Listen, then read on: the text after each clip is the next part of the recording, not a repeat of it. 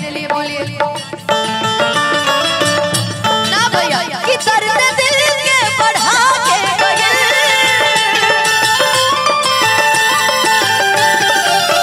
कि रोग ऐसन लगा के गए आई लहतई में 4 दिन खातिर बात करता बचा के गए रही शत्रुघ्न भैया हमार अखिलेश कश्यप भैया हमारे खेसारी भैया के सबसे चहेता हमनियों के सबसे चहेता हमेशा आशीर्वाद देवे वाले तहार चहेता हुए हमार तो भाई है अखिलेश हमार भाई है अखिलेश कश्यप भैया जानते हो भैया ये करे काम ही है हमारे कुल कम हुए बिगाड़ देता है अरे लोग जाने लगे हम धोनी हैं इनका हम अंडर में रखिल हमार भाई हो तो हम अपना क्षेत्र के सानिया मिर्जा हैं कौन क्षेत्र के हो सानिया मिर्जा हो कौन क्षेत्र के अरे यार सानिया मिर्जा मत कहो जहां काहे नहीं कहे कि दिलदार मिली है आ 2-4 मिली है जहिया आ जाई बुढ़ापा निहुर जइबू खोजलो पर ना यार मिली है जहिया आ जाई बुढ़ापा निहुर जइबू खोजलो पर ना यार। अखिलेश कश्यप भैया के बहुत बहुत स्वागत एकरा के बोले दो भैया एकरा काम है बोलल अखिलेश कश्यप हमार भैया तार बहुत स्वागत बा नहीं बहुत झूठा है ये अभी कुछ बोल नहीं रहा था आप देखिए तुरंत बात बदले बहुत झूठा है क्या झूठा है क्या मैंने इनको मैंने क्या मेरे भाई है ना है ये ऑनलाइन कुछ भेजी है तो हमने बड़ा ही कोई भेजिए देखिए कह दिया मैटर भेजिए जौन गीत गौलू अनुपमा नो की दर्द दिल के बढ़ा के गई रोग ऐसन धरा के गई आइल हितई में वो 4 दिन खातिर बाकी हल्फा मचा के गई वो करे हम जवाब कोनी है तारा ना बुझाइल है बाकी सबका बुझाइल है सुनी ना भैया 1 साल से हमरे बुझा रहल बा मंच में का हो 1 साल से हमरे बुझा रहल बा मंच में तारा तो बुझा हमरा ना बुझाइल होई मनो यही सनु कहिला कि नया साल में ये जानू ख्याल करी हो नया साल में ये जानू ख्याल करी हो नया साल में। सानू सिंह राठौर भैया के तरफ से बहुत बहुत आशीर्वाद। अरे यार पहले उनका कल जन्मदिन है इनको दे दीजिए छोड़ा ना ए भाई आज मन करता कि का मन अरे सानू सिंह भैया जी तो देले बनी बाकी हमारे गोलू भाई लीले भाई आप ही मत कहिए कि हम देले नहीं की तरह पैसा कि पहले विश करी हो हैप्पी बर्थडे पहले विश करी हो मिस कर दिए फिर मिस करी हो मिस कर दी हेलो हैप्पी बर्थडे कह के आ जब मिलब तो मन भर किस करी हो नया साल में ये जानू ख्याल करी हो।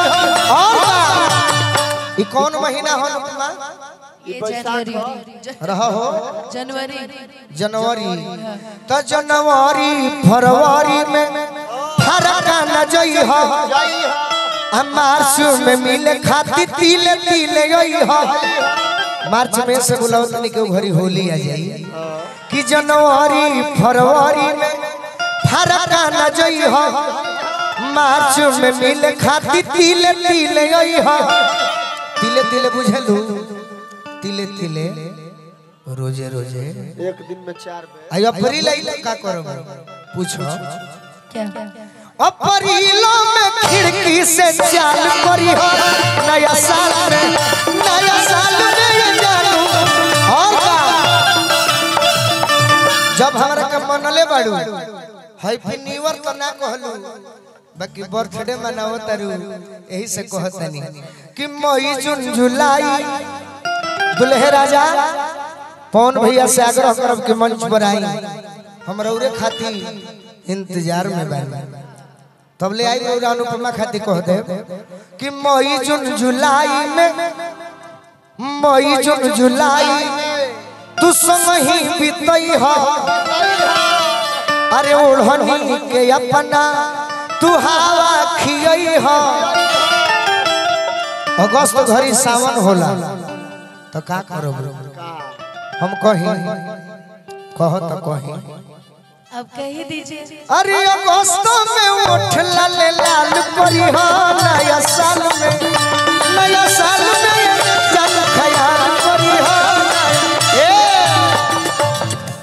सितंबर अक्टूबर अभी देखो जो 4 दिन से जाड़ पड़ता यही से कहतनी कि सितंबर अक्टूबर नवंबर माह में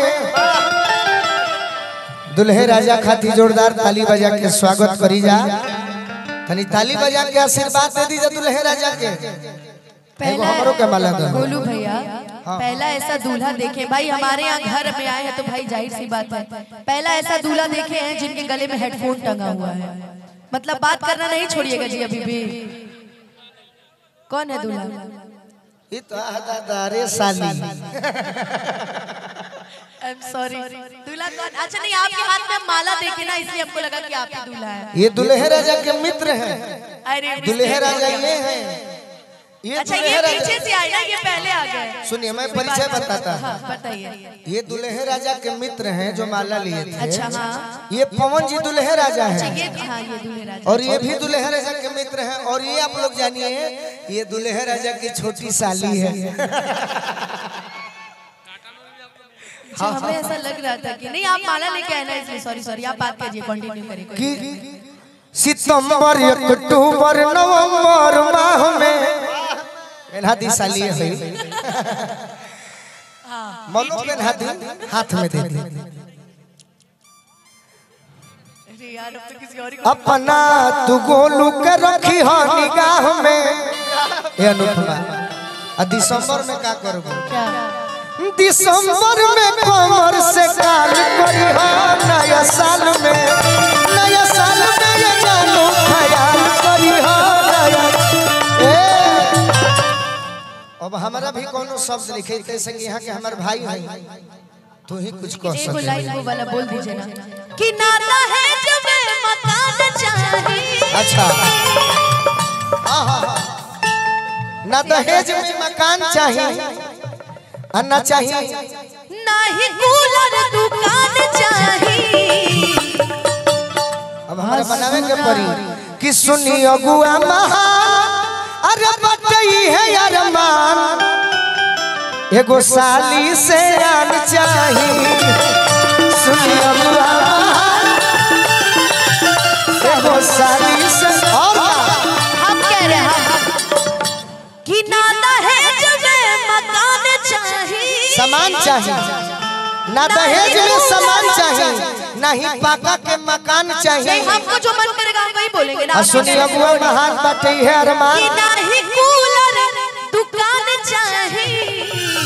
अरे सुनी अगुआ महान बटई है अरमान समझ लिया जवान चाहिए। बटई है अरमान एगो साली से आन चाहिए। अभी तुम तो धोखेबाज हो, वादा करके भूल जाते हो। धोखेबाज हो, वादा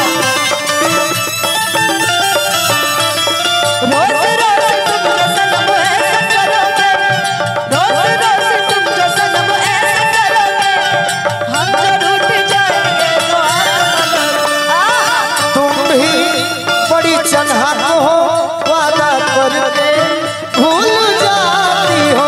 सुनी अगुआ महान बटई है अरमान एगो साली से आन चाहिए।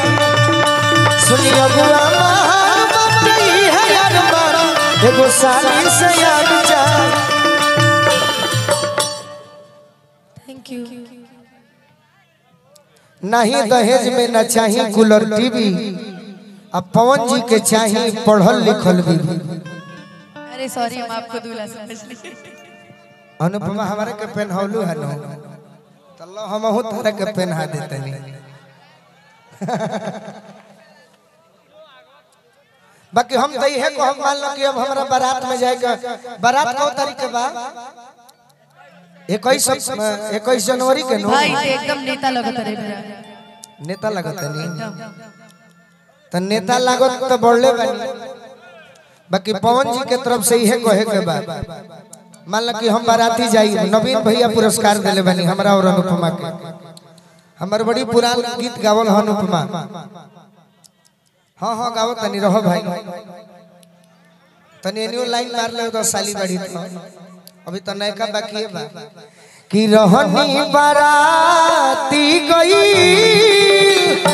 कि एगो लड़की से प्यार हो गई। नवीन सिंह जी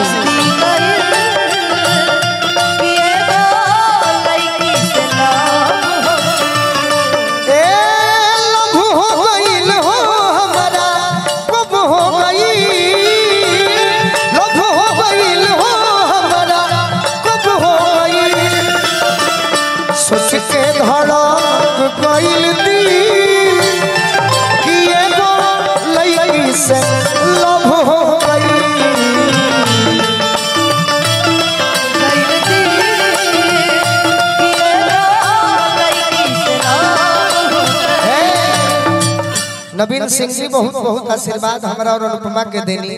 ई घटना कब घटल नवीन?